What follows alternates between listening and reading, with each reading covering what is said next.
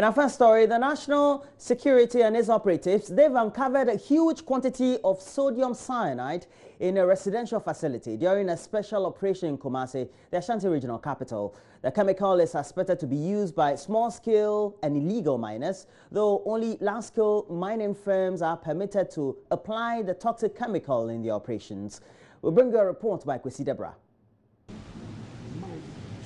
The haul of the consignment, said to be worth millions of cedis, follows intelligence which led the task force to what appears to be an uninhabited building at Maxima near KNUST. Security personnel were compelled by a heavy downpour to suspend carting the toxic substance contained in large wooden boxes to the police station.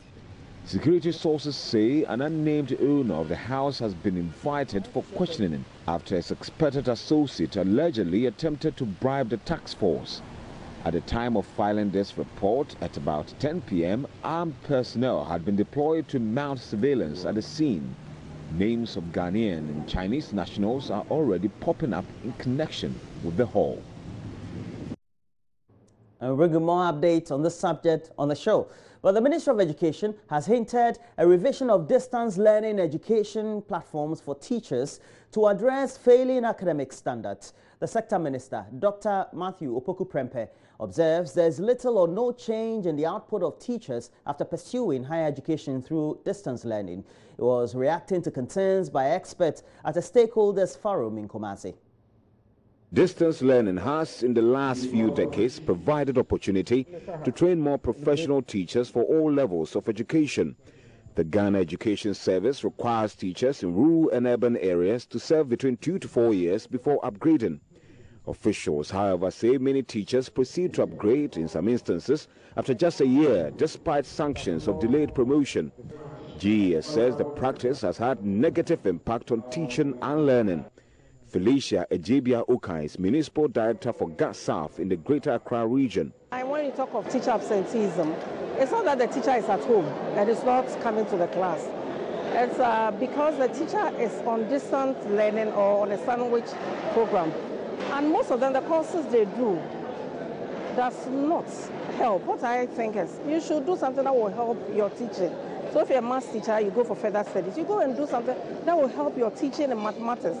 But it's like we are in a hurry to upgrade ourselves. You see that we come with third class, pass, and then the students too are not performing. So the teacher is not performing, the people too is not performing, and it's not helping the system. You know, Dr. Matthew Opoku-Prempeh corroborates the director's submission amid complaints, particularly about entrance requirements.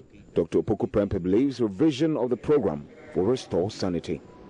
The certificate says they are capable of doing something, but when they analyze them and they do the test and things, the people are not doing well. There's a discrepancy. I told a story of somebody calling me from Kintampo about people coming to get their salary who couldn't fill forms.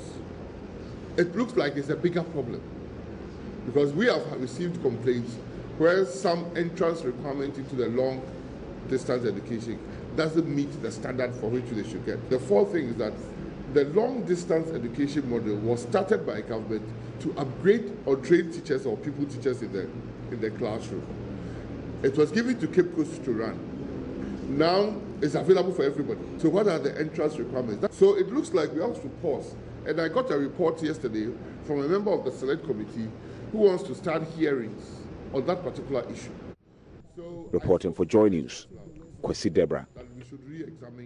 The Ministry of Education also says it will not compromise on standards in the implementation of government's free senior high school policy. Deputy Minister of Education Barbara Ashayi says there will be no major shifts in the system arising from the introduction of the free element of senior high school. Now, she was speaking at a forum in KUMASI. For all of us, but we do not want to compromise standards. You know, people have the perception that if something is free, then even if you do not perform, even if you fail, you need to enjoy free SHS. Because we want people to have confidence in our education. I mean, some years back, people would want to school in Ghana. They will bring their children from abroad to have quality education here. So the fact that education is going to be free doesn't mean that we should not take, especially the students shouldn't be serious. They shouldn't learn thinking that even if they do not do well, they're going to enjoy free SHS. All the system is still in place. They're going to do the computer placement. If you want to go to a school that is grade A school, it has its cutoff points and you need to perform. But no matter, it doesn't matter the school that you're going, any SS that you're going is free. So if you are a head or you are an individual and you go and charge unapproved fees, you're going to find yourself in trouble. If the law catches up with you, you don't have no excuse. So I entreat all of us as stakeholders, because that was the purpose of, one of the reasons why we met, so that we can caution, because it's free, and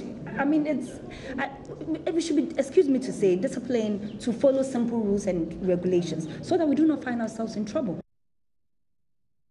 And already, the Ghana Education Service says monitoring and evaluation measures are in place to check student enrollment. Professor Kwesi Opoku Amankwa is Director General of the Ghana Education Service. And we can sit here and tell you how strong that the MND is until it comes into force and then we start working. We can't tell you that it is very strong and yet, but there are systems that we are going to put in place. For example, this time, we're not going to allow head teachers, headmasters to take as many as they wish. They are going to give us the specific numbers that they can comfortably accommodate. And a team is going to go around, an audit team is going to go around to ensure that if you say you have 5 classrooms, you really have the 5 classrooms. And if you say that a classroom takes 10 people, it's really true that the classroom takes 10 people. Ghana and Cape Verde have resolved to begin the process of developing stronger ties between the two countries, as well as exploring areas of cooperation to the mutual benefit of their people. As an initial step, Ghana is to deepen cooperation in the areas of fisheries and tourism, for which Cape Verde is noted, through the sharing of expertise and best practices. This came to the fore at a meeting between President Nana Addo Dankwa Akufo-Addo and his Cape Verdean counterpart, George Fonseca, when the president began their 3-day visit to that country. Opportunities for economic cooperation between our countries is there. All of us know that one of the biggest weaknesses that we, the Africans, have is that we don't trade with each other. Other parts of the world trade with each other. We don't trade with each other. I think any opportunity there can be to enhance trade and economic links is good. We want to have agreed with the President tonight that we're going to establish a permanent joint commission for cooperation, which is going to be the legal framework in which Cape Verde and Ghana are going to address their trade and investment concerns. We want to promote direct links between our two countries. Coming from Accra to Praia is quite a hazardous undertaking. You have to go either to Dakar or to Casablanca before you get here. I think that if we can find a way of having direct air links, direct shipping links, where it will promote the trade between us. There are areas, obvious areas, where we can engage. The fisheries sector is an important part of your economy, and obviously you have things doing in tourism that we can benefit from. So there's a broad range of initiatives that we want to take. And above all, our two countries are the acknowledged democracies in the region and on the continent of Africa. I think us cooperating, being seen to cooperate and working together can only illuminate and assist the process of democratic consolidation on our continent. Back in Ghana, government has announced that all is set for works to begin at the Ntereso Water project in the central Gonja district. The cost of the project is estimated at some $35 million. This project, when completed, is expected to ease the water problems confronting various communities in the Gonja traditional area. The issues of water became a subject of campaign prior to the 2016 elections, when the then President John Dramani Mahama chided or criticized the NPP for taking advantage of the situation to campaign, failing to fully understand the severity of the issues concerning the water projects or problems in the area. Addressing the chiefs and people of the Gonjaland traditional area on his first day of his 3-day visit to the northern region, the Vice President, Dr. Mahmoud Bawumia, said it is a major water project that government is keen to implement. One of the problems we found when we came around the Gonja traditional area and other areas was the water problem. We have a major water problem here. And so it is not surprising that Dr. Clifford Brimer was appointed to head as the MD for Ghana Water Corporation. Clifford and the government and the Minister for Water, they've all put their heads together, and we are trying to solve this problem once and for all. We are moving for the extension to Yapi, Kusogo, and Sankpala of water from the Ntereso treatment plant. Engineers have already visited the site and the survey has been made.